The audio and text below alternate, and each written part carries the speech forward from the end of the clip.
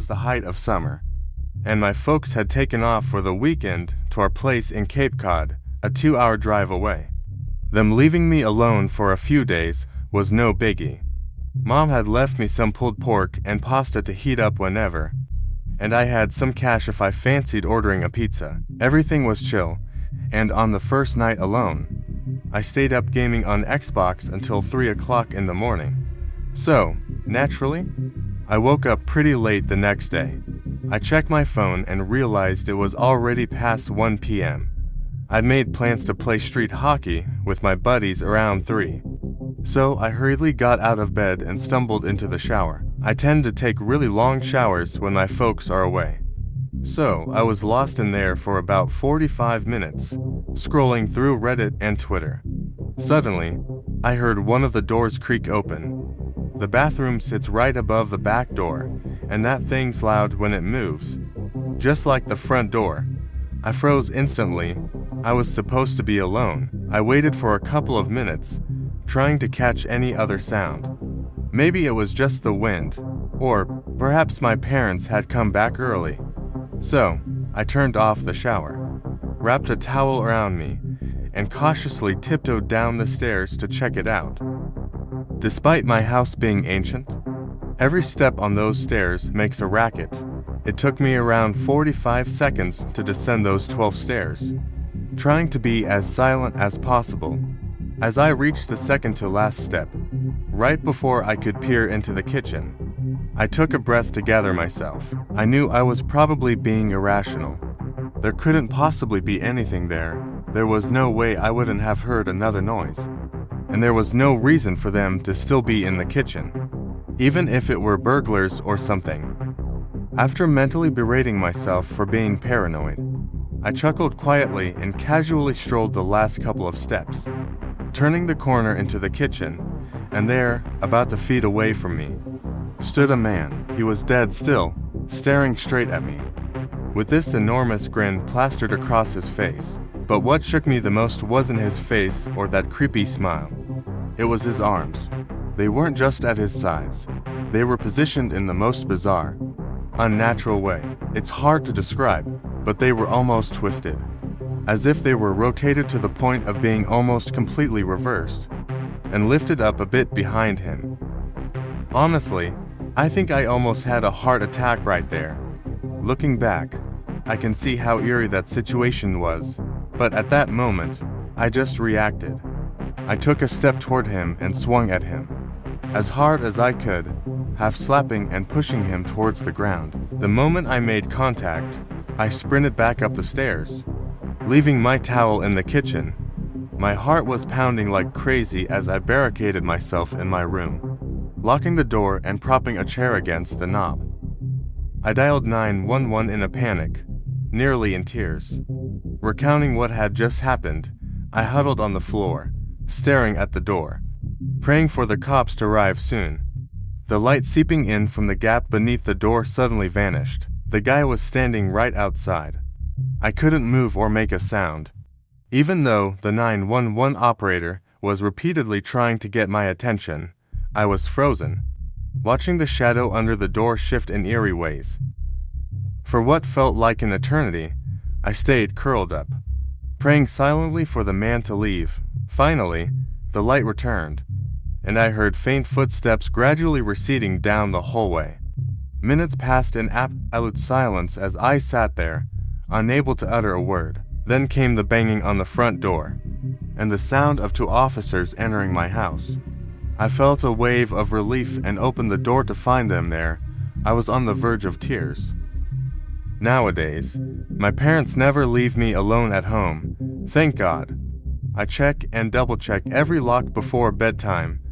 I still get occasional nightmares, and my heart races whenever I see someone standing still, but I'm coping all right. Even with the police sketches and lineups, they never found the person who invaded my house. And every time I glance outside, I half expect to see him standing across the street, grinning under a lamppost. I have no clue what he wanted or who he was, but it's a chilling memory that lingers.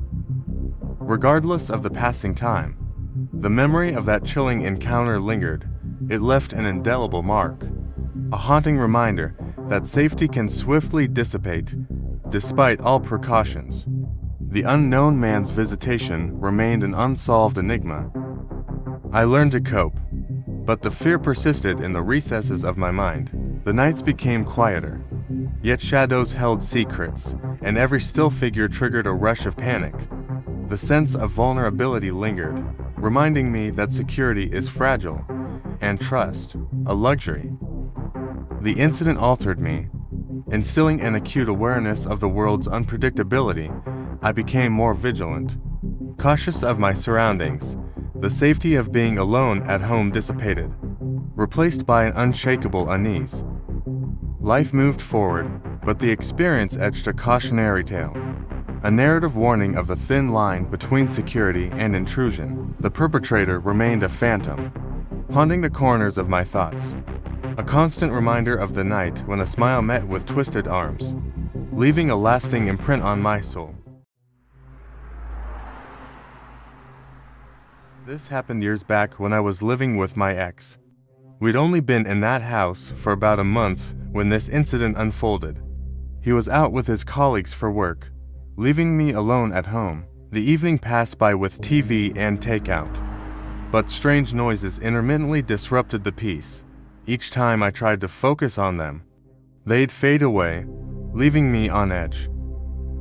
As the night wore on, I decided to head upstairs, using the computer for a bit before calling it a night. We didn't have a phone line installed yet, and my prepaid phone had run out of credit. I was essentially isolated with no means to reach out.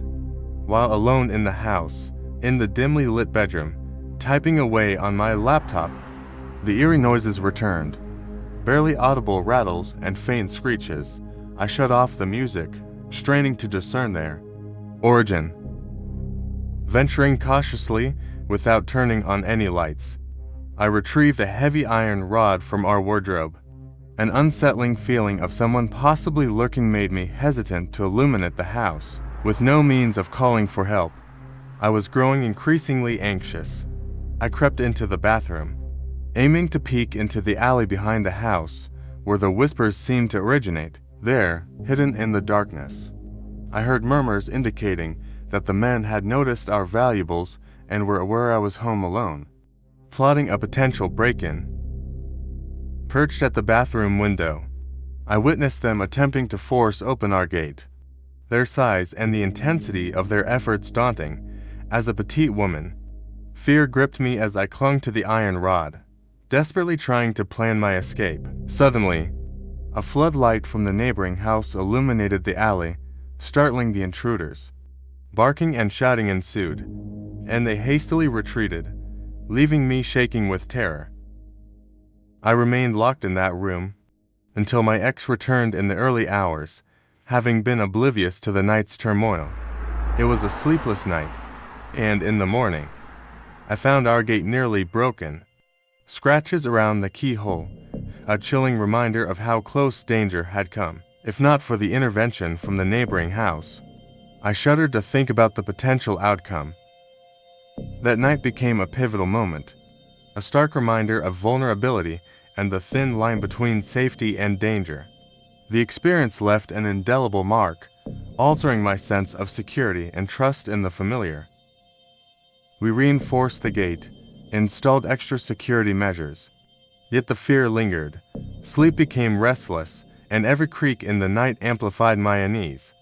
The sanctuary of home felt tenuous, a place where shadows held secrets and noises echoed with ominous potential. Despite the passage of time, the memory persisted, a cautionary tale etched in my mind. It taught me vigilance and resilience, but it also left a lingering sense of fragility, a haunting reminder that safety can vanish in an instant.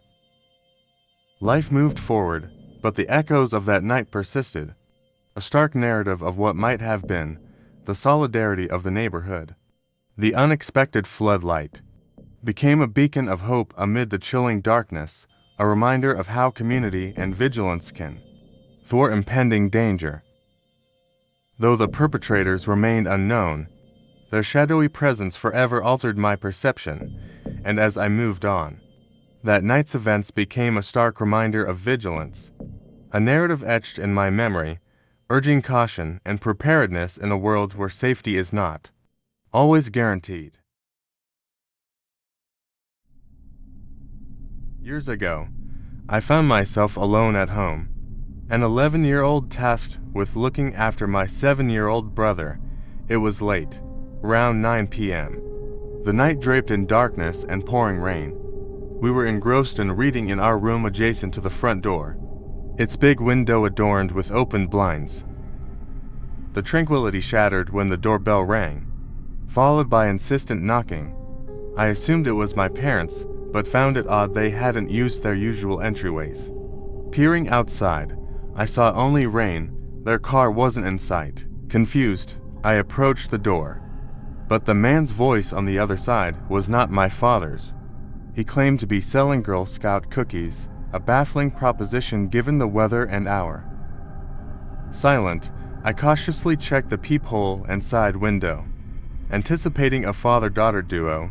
Instead, my heart plummeted as I beheld a grown man, perhaps in his late 50s, without a box of cookies, drenched on our doorstep. The realization that the locks were all that stood between us, and a potential threat rattled me.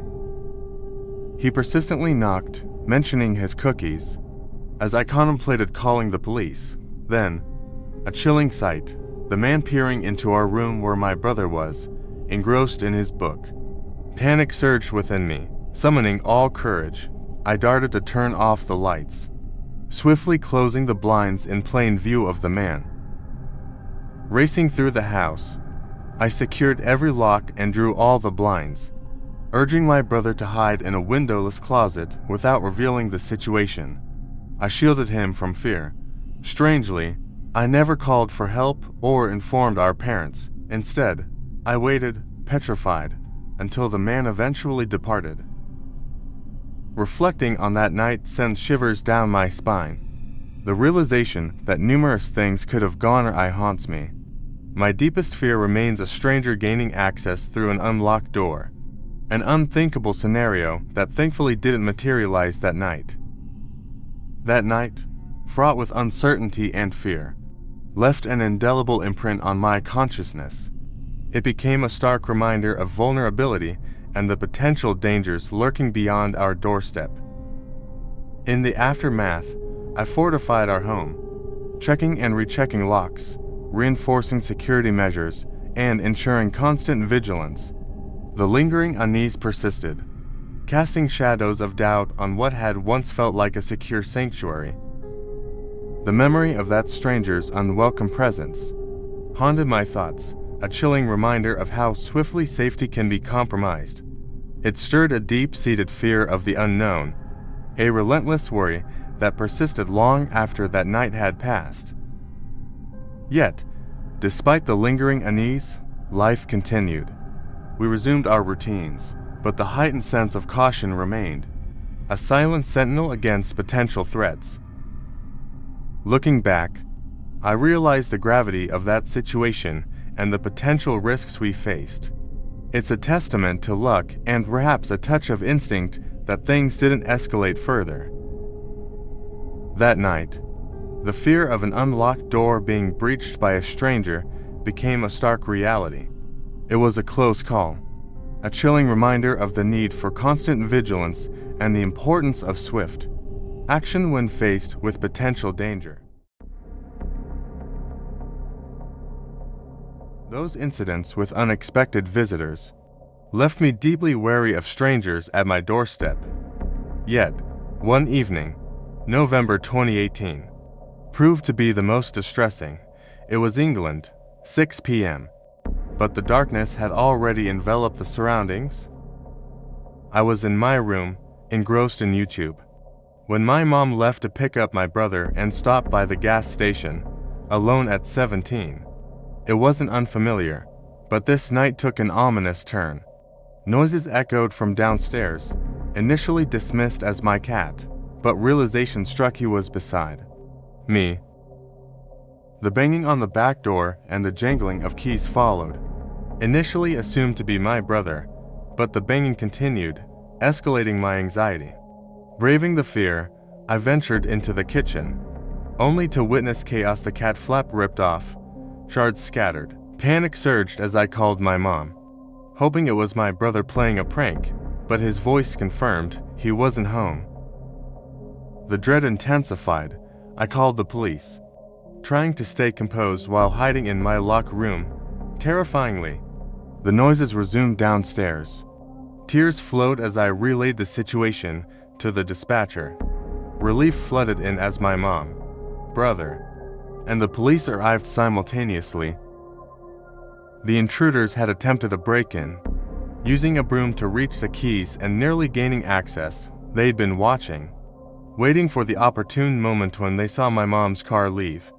They hadn't known I was home alone, but upon noticing me, they retreated and, chillingly, decided to return.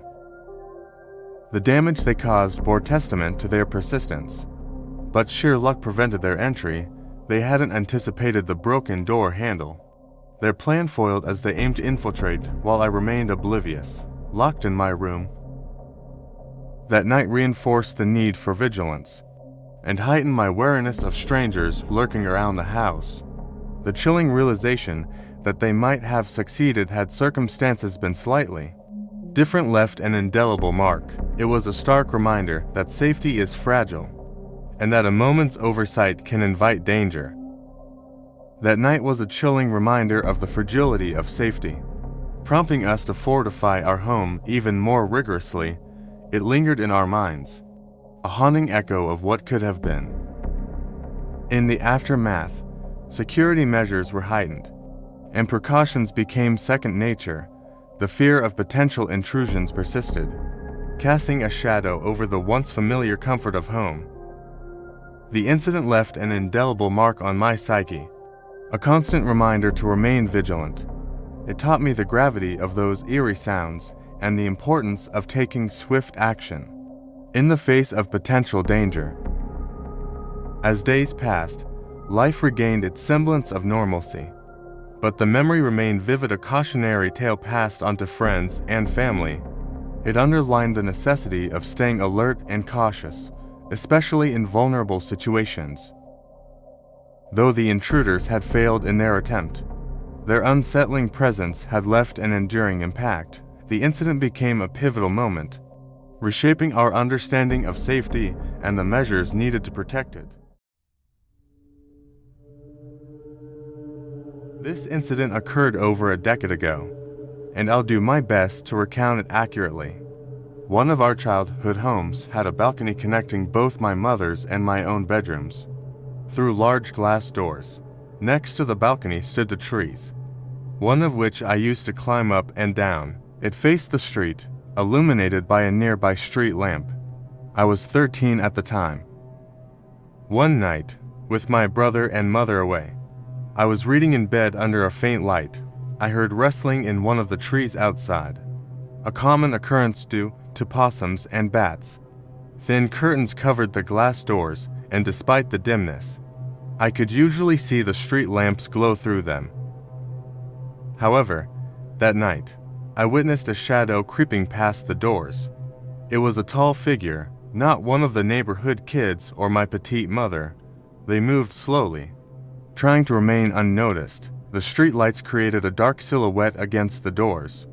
As they moved out of sight, I found myself frozen in fear, unable to move or think.